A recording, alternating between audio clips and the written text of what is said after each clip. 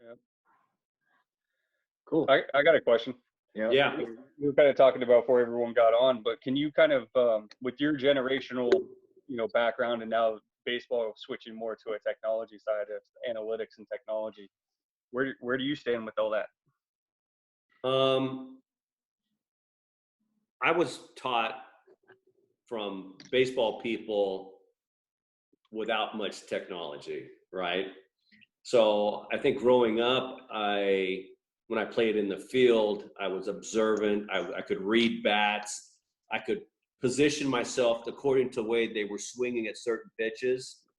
Mm-hmm. And I think now guys are kind of getting away from that because they're expected to be, or I don't know if they're scared about moving or they don't want to make a mistake.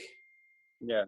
But to me, I like the guy that, this guy moved over, a couple of steps, but not too early to tip anything, or anything like that. But, to me, that's telling me, hey, this guy's watching the game. This guy's, reading bats.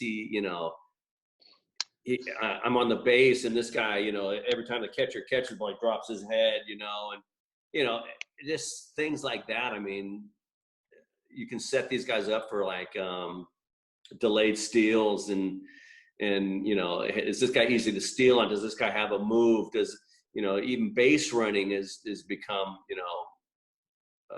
not much of a taught art anymore. Mm-hmm. And technology can help. It really can. But it's who's evaluating the technology, one. And one thing, like we were talking about before, is I had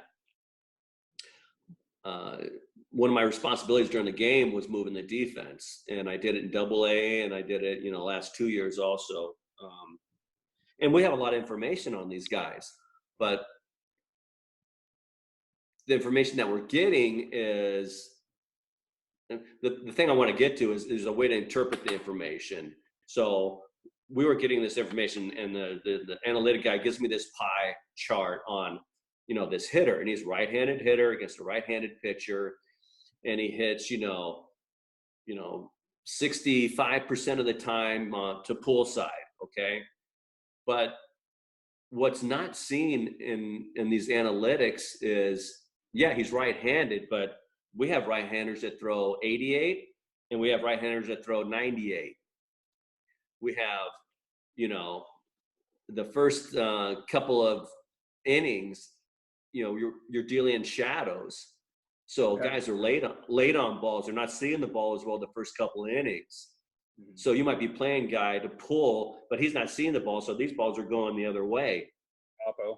So you're getting yourself out of position, and just, I think they're good indicators, but it's not written in stone. And I think you have to be smart enough to evaluate like the elements, the field, who's pitching. If this guy like a thumber, is he, I could be right-handed, but I'm throwing up, I'm just trying to move the ball around a little bit on these guys. And, so I think the hitting guy, who's ever doing the defensive alignments, needs to get together with the pitching guy as well.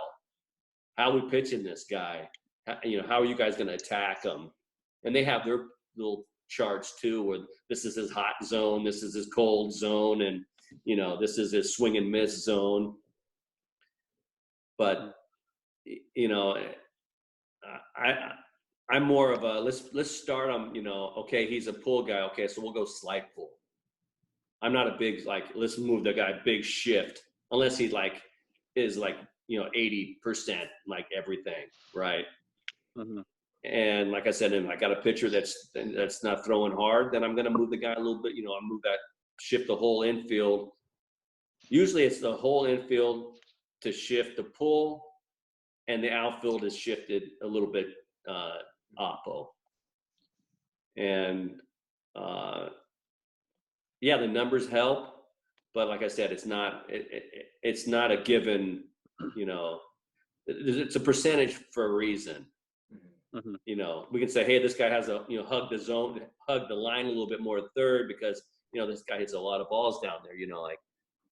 but you have to see what sample, what sample size you have. And like I said, in the low A and, college and amateur, you don't have any sample. Yeah. So, you have to test the guy out and see what he does.